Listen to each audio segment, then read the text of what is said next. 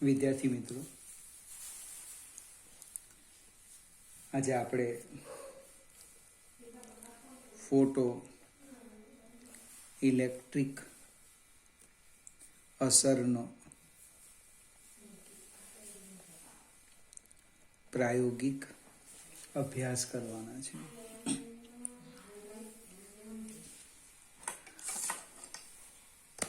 હવે લેનારના પ્રયોગની હું તમને આકૃતિ સમજાવું.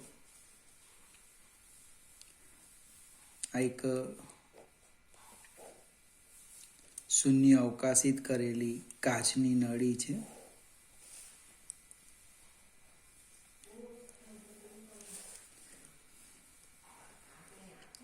ક્વાર્ટઝ વિન્ડો લઈ લઈએ.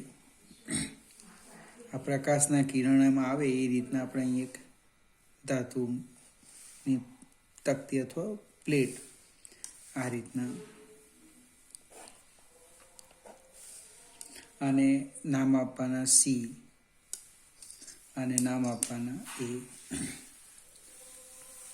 હવે આકૃતિનું વર્ણન કરીએ.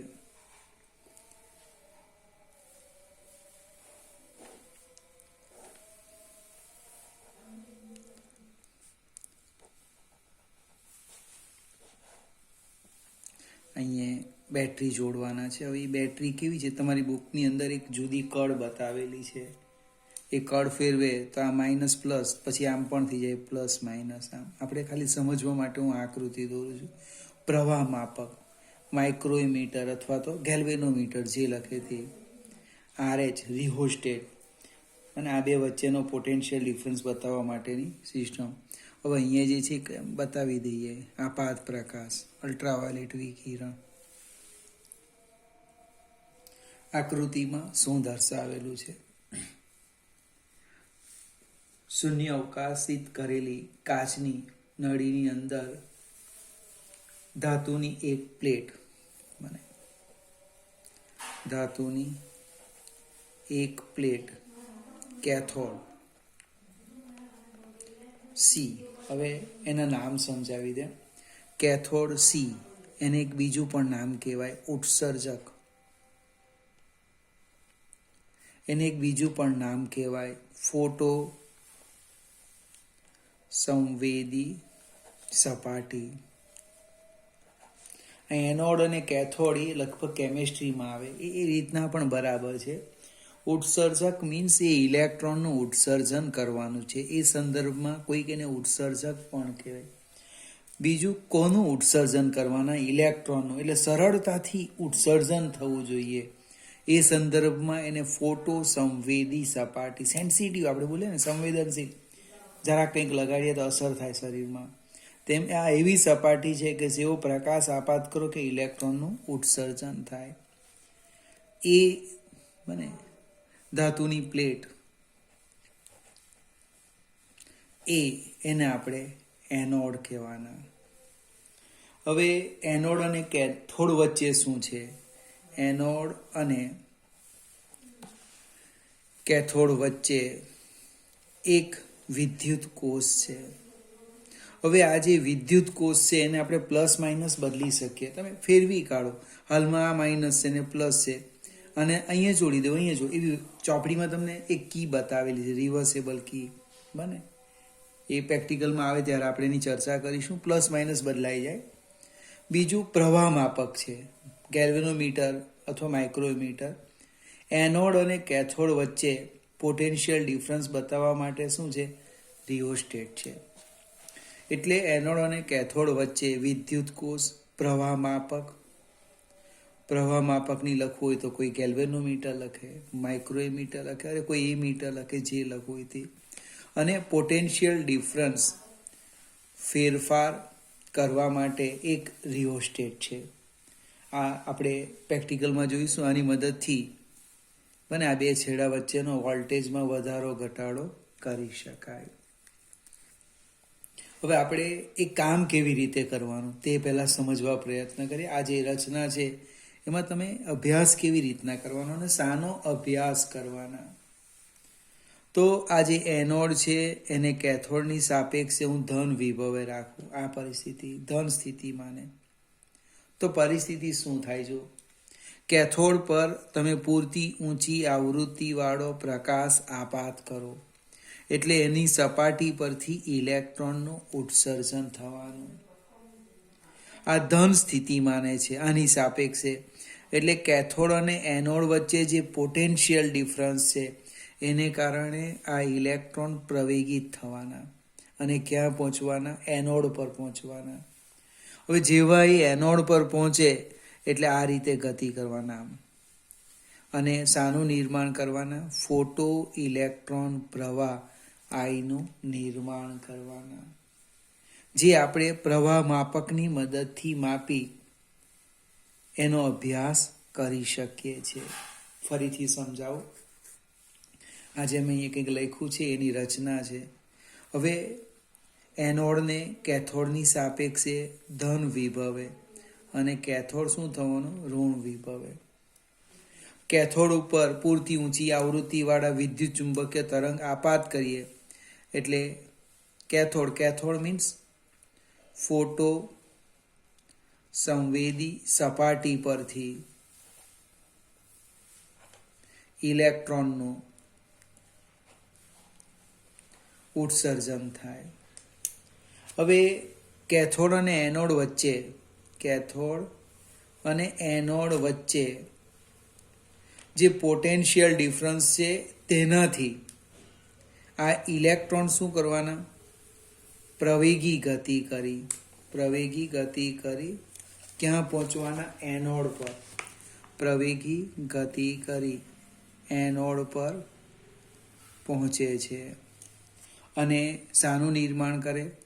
ફોટો ઇલેક્ટ્રોન પ્રવાહનું નિર્માણ કરે છે. હવે આ બે વચ્ચે પોટેન્શિયલ ડિફરન્સમાં ફેરફાર કરીને પ્રવાહના મૂલ્યનો આપણે અભ્યાસ કરી શકીએ છીએ. હવે કામ કયું કરવાના? આ તો આપણે પ્રયોગ આકૃતિનું વર્ણન કીધું, ત્યાર પછી એ કેવી રીતે પ્રવાહ માપવાના એની વાત કરી. હવે શરૂઆત કરીએ તો કે પ્રવાહનું મૂલ્ય માપી તે પરથી ઉત્સર્જાતા અને પ્રવાહનું મૂલ્ય માપે તે પરથી ઉત્સર્જાતા ફોટો ઇલેક્ટ્રોનની સંખ્યા જાણી શકાય છે. ખ્યાલ આવશે કે નહીં? પ્રવાહ માપકની મદદથી તમે પ્રવાહ માપો એટલે આઈ માપી લીધું. આઈ પછી શું કરીએ? આઈ બરાબર આપણી પાસે સૂત્ર છે, જો યાદ આવે તો અહીં રફ કામ કરું છું. આઈ બરાબર ક્યુની જગ્યાએ NE/T. આ સૂત્રનો ઉપયોગ કરી આપણે ફોટો ઇલેક્ટ્રોનની સંખ્યા જાણી શકીએ છીએ. બીજું, આ જે ઉત્સર્જક છે ફોટો સંવેદી સપાટી પર આપણે જુદા જુદા અલગ દ્રવ્યને બદલીને પણ ફોટો ઇલેક્ટ્રિક પ્રવાહમાં થતા ફેરફારનો અભ્યાસ કરી શકીએ છીએ. આની ઉપર જે આપણે દ્રવ્ય લેવાના એ બદલતા જઈએ, અલગ દ્રવ્ય લઈએ અને આ જે પ્રવાહ છે એ દ્રવ્યને અનુરૂપ પ્રવાહમાં થતા ફેરફારનો અભ્યાસ કરી શકીએ છીએ. ત્રીજો મુદ્દો, ઉત્સર્જક એટલે આ સોર્સ. અહીંયા આપણે મેં બતાવ્યું નથી, અહીંયા આટલે એક સોર્સ લઈ લઈએ, આ કેથોડ છે. બે વચ્ચેના અંતરમાં ફેરફાર કરીએ અને એટલે કે વિકિરણનું ઉદ્ગમ સ્થાન અને કેથોડ બે વચ્ચેના અંતરમાં વધારો કે ઘટાડો કરી તીવ્રતામાં ફેરફાર કરી શકાય છે. તેને અનુરૂપ પ્રવાહમાં થતા ફેરફારનો અભ્યાસ કરી શકાય છે. એટલે ફરીથી પહેલો પોઈન્ટ્સમાં આપણે ફોટો ઇલેક્ટ્રોનની સંખ્યાની વાત કરી. બીજામાં ફોટો સંવેદી સપાટી બદલી અને એને અનુરૂપ પ્રવાહમાં થતા ફેરફારનો અભ્યાસ કીધો. ત્રીજો, ઉદ્ગમ સ્થાન અને કેથોડ વચ્ચેના અંતરમાં ફેરફાર કરવામાં આવે એટલે તીવ્રતામાં ફેરફાર થાય. દૂર જાઓ તો તીવ્રતા ઘટે, નજીક આવે તો તીવ્રતા વધે. તો તીવ્રતાને કારણે પ્રવાહમાં કેવો ફેરફાર થાય છે તેનો અભ્યાસ કરી શકાય છે. હવે આવૃત્તિ બદલીને વિકિરણની આવૃત્તિ બદલીએ. કેવી રીતે? તો અહીંયા જે બારી છે એના ઉપર આપણે જુદા જુદા રંગના ફિલ્ટર મૂકી દઈએ. એટલે કે વિકિરણની આવૃત્તિમાં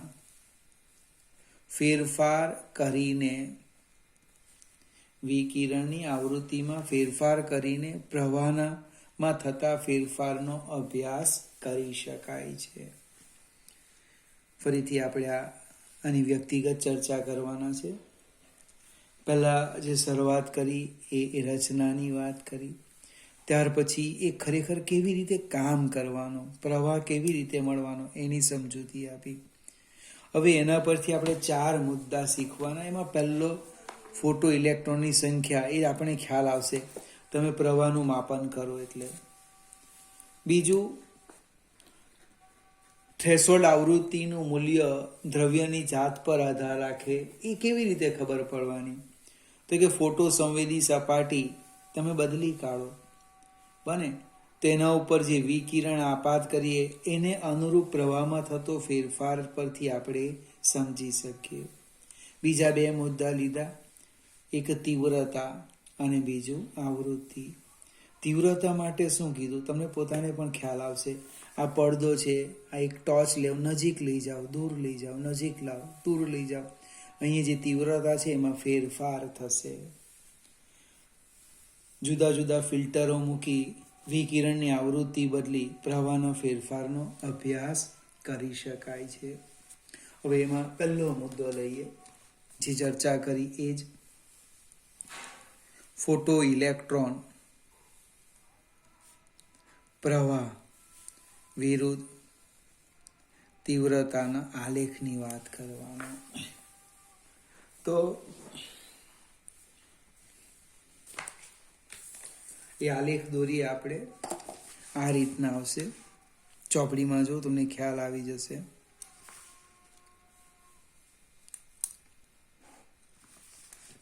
માત્ર સમજવા પ્રયત્ન કરવાનો છે. અહીંયા આપણે તીવ્રતા લઈ લઈએ,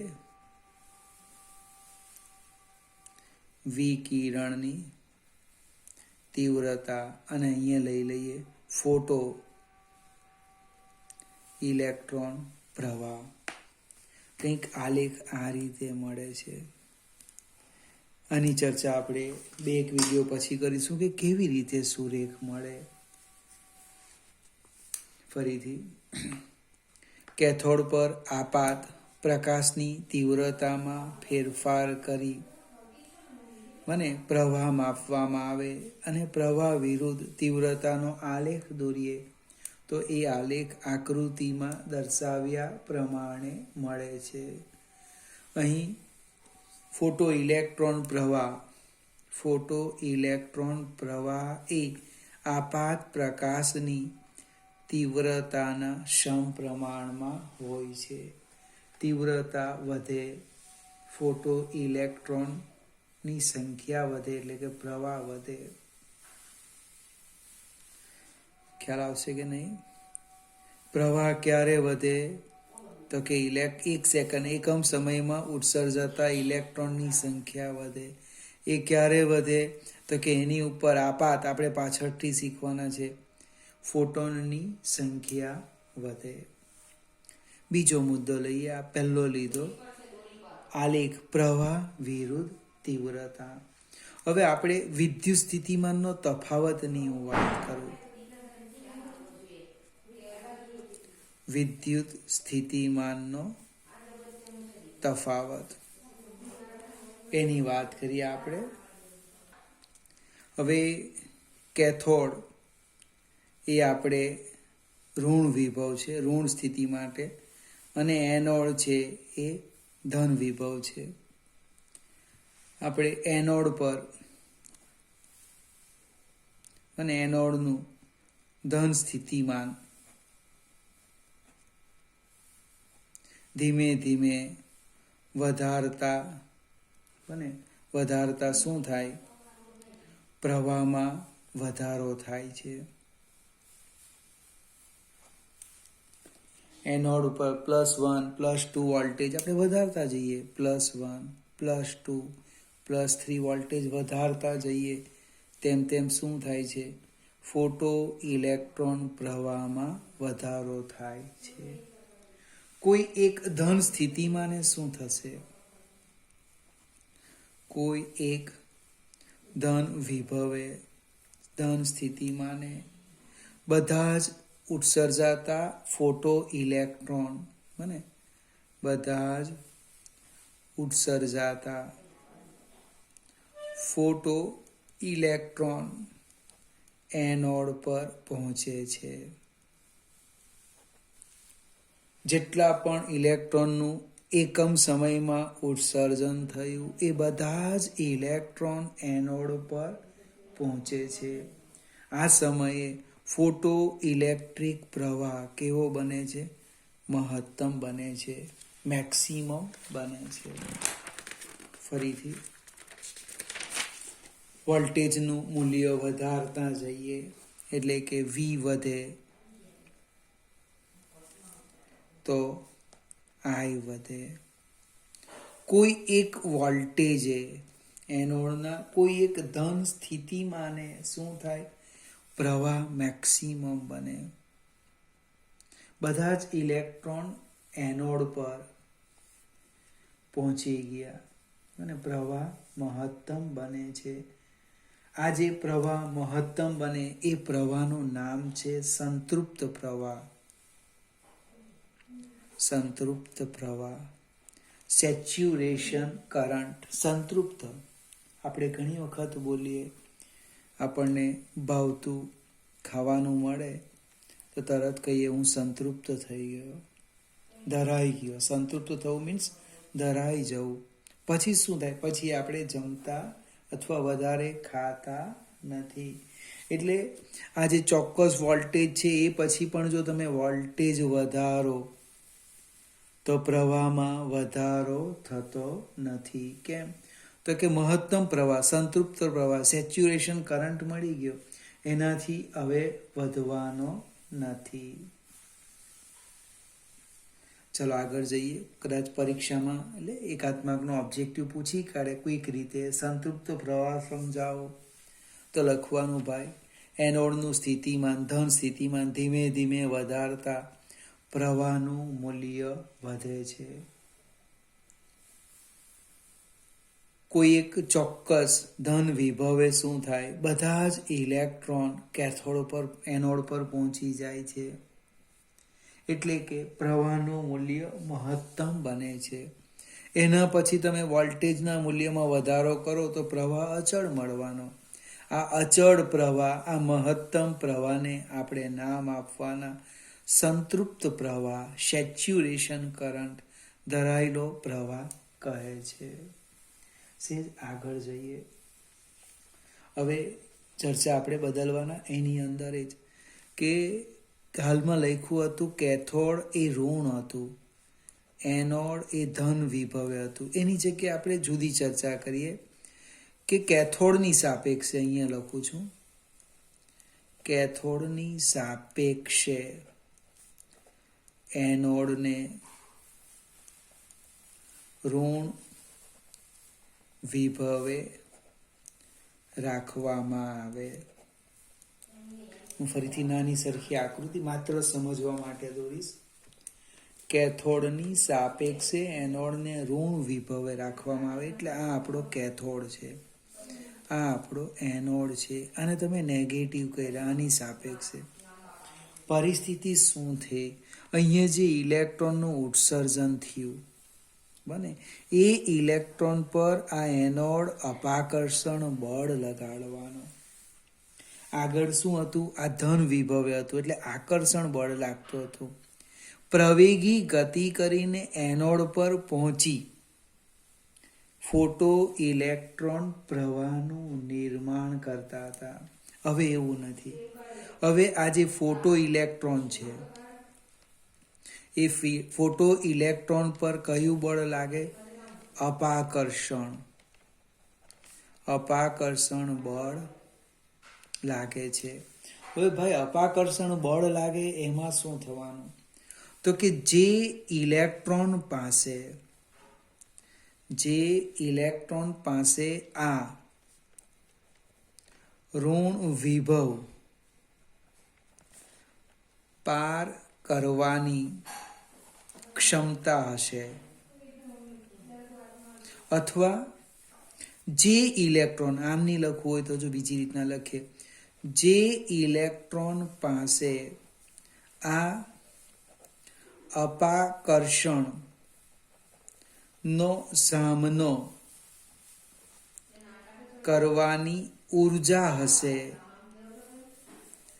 તે એનોડ પર પહોંચી ફોટો ઇલેક્ટ્રોન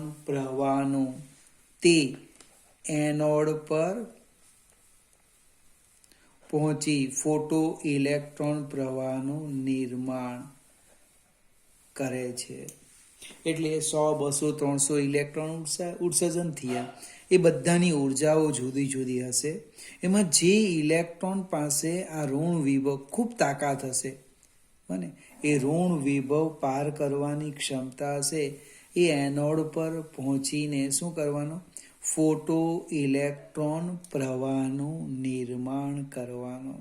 એક ઉદાહરણ સમજાવો. આપણે આપણું લઈએ કે આપણે એક સરખા 10 જણા છે. આ એક રસ્તો છે. રસ્તો સીધો હતો, એટલે અહીંયા જે 10 વિદ્યાર્થી હતા એ અહીંયા આવી ગયા. 10 વિદ્યાર્થી. હવે એક પરિસ્થિતિ આવી કે રસ્તામાં એક અવરોધ આવી ગયો. તો બની શકે 10માંથી 8 વિદ્યાર્થી આ બાજુ જ રહે. કેમ? તો કે એને કૂદીને એનાથી આ બાજુ જવાતું નથી. ઋણ વિભવ. કૂદીને આ બાજુ જવાય નહીં જવાય તો આ બાજુ કેટલા આવ્યા? 2 જ વિદ્યાર્થી આવવાના. એટલે ઋણ વિભવ મીન્સ અપાકર્ષણ બળ. અહીંયા એને કૂદવું પડે. એની પાસે એટલી ઉર્જા નથી કે કૂદીને આ બાજુ જવાના. હવે શું થશે કે ઋણ વિભવનું મૂલ્ય વધારતા જઈએ. જોજો, ઋણ વિભવનું મૂલ્ય વધારતા પ્રવાહ ઘટે છે. કારણ શું છે? ઋણ વિભવનું મૂલ્ય વધે એટલે અપાકર્ષણ બળનું મૂલ્ય વધે. અપાકર્ષણ બળનું મૂલ્ય વધે એટલે એનોડ પર જતા ઇલેક્ટ્રોનની સંખ્યા ઘટવાની. તમે આનું ઋણ વિભવ વધારતા જાઓ, અપાકર્ષણ બળ વધવાનું, એટલે એનોડ પર જતા ઇલેક્ટ્રોનની સંખ્યા ઘટે, પરિણામે પ્રવાહના મૂલ્યમાં ઘટાડો થાય છે. હવે કોઈ એક લઘુત્તમ ઋણ વિભવે શું થાય છે? કોઈ એક લઘુત્તમ, ત્રીજી વાર શબ્દ આવે છે લઘુત્તમ ઋણ વિભવે, કોઈ એક લઘુત્તમ ઋણ વિભવે શું થાય?